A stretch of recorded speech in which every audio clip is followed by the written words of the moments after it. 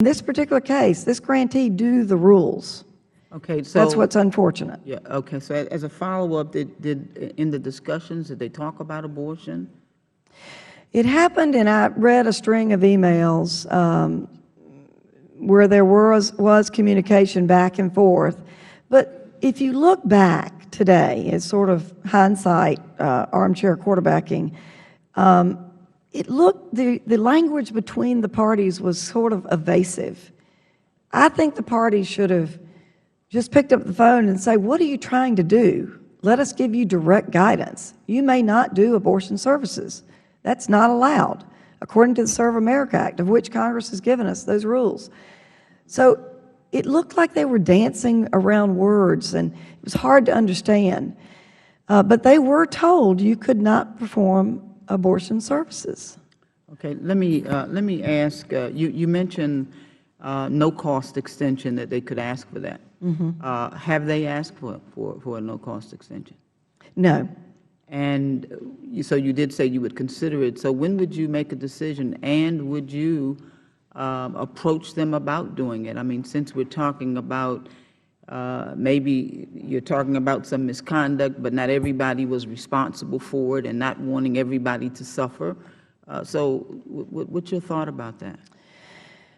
Well, I think Congressman Rowe makes a good point. You do have to look at the intent of an organization and how they're being managed. So I am concerned.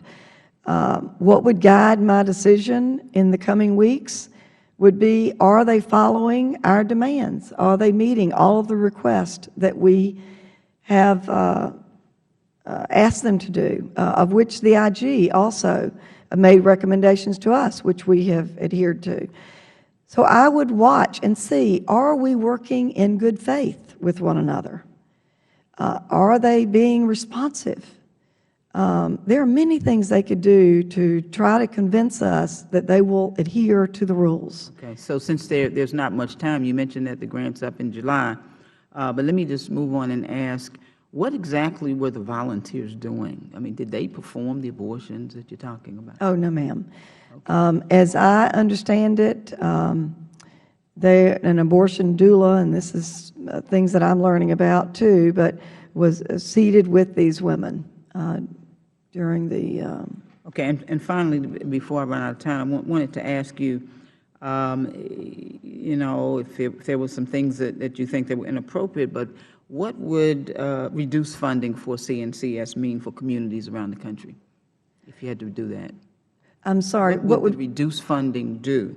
What would it mean for communities around the country if their funding was reduced or eliminated? Well, you know, I looked at all of the other things that the Community Health Corps does. They do diabetes screenings. They do breastfeeding courses. They do well baby care education. They do support to veterans, support for seniors. They do obesity prevention.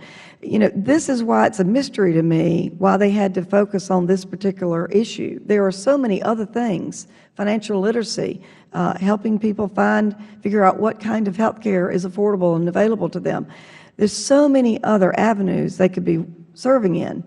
And in 2011, I was a grantee of this agency.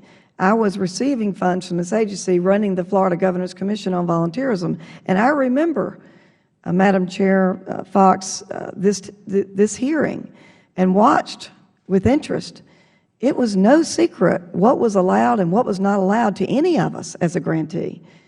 So it was very clear at that time that they made the decision to change the wording for the member contract that allowed this activity to go on. So I'm perplexed by that, because all of us in the field understood the rules clearly.